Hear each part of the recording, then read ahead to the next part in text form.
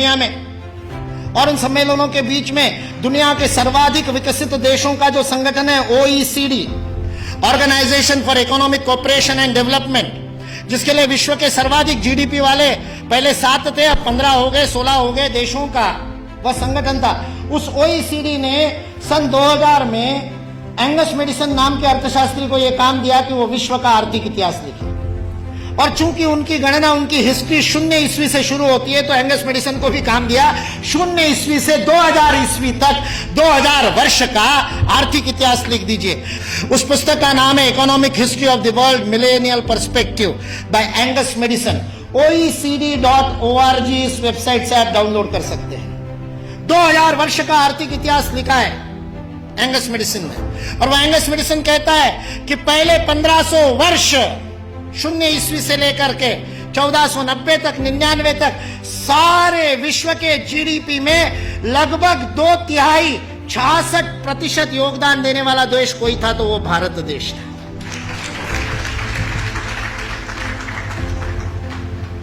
मैं सोच रहा था, इतिहास का मैं विद्यार्थी हूं, आपके जैसा इतना अध्ययन तो नहीं किया, लेकिन मैं सोच रहा था ये 1500 से क्या संबंध है। तो पता चला वास्को दी गामा 1498 में आया था। और मतलब उसने भारत को खोजा, ऐसा हम लोग भी लिखते हैं, तो उससे पहले कोई गुम हो गया होगा।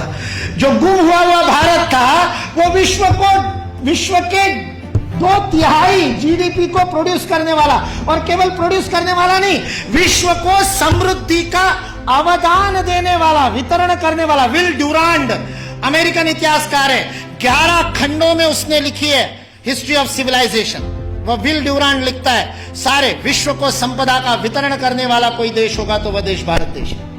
वितरण शब्द प्रयोग किया है, लेन देन नहीं, वितरण करने वाला देश। सारे दुनिया में हमारे व्यापारी जाते थे। वो वास्को दी गामा को भी हमारे ये गुजरात का व्यापारी, वास्को दी गामा ने अपनी डायरी में लिखा है, वो गुजरात का व्यापारी पानी के जहाज लेकर के उसको मिला साउथ अफ्रीका में।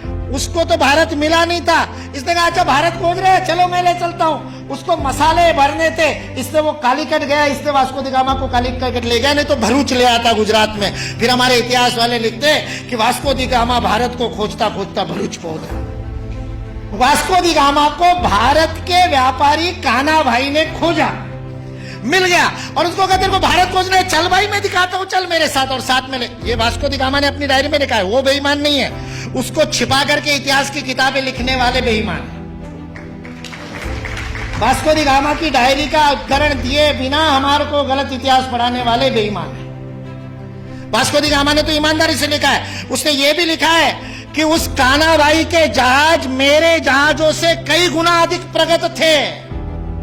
40 खेने वाले लगाने के बाद भी मेरे जहाज को उतनी गति नहीं थी जो उससे 3 गुना बड़े, 3 मंजिल वाला जिसके ऊपर डेक था, ऐसे जहाज को केवल 16 नाविक खेते थे। ऐसा कान्हा भाई का जहाज था। भारत की विज्ञान और तकनीकी की स्थिति अंग्रेज इस देश में आए तब सारे विश्व से अधिक उन्नत थी। ये अंग्रेजों में से कुछ ईमानदार इतिहासकारों ने लिख करके रखा। इसलिए जो इस गलत फहमी में है कि अंग्रेज इस देश में नहीं आते तो भारत में तो कोई विज्ञान ही नहीं होता, वो इस बात को समझ ले कि अंग्रेज इस देश में नहीं आते तो केवल भारत का ही नहीं, विश्व का विज्ञान आज है उससे अधिक प्रगत होता।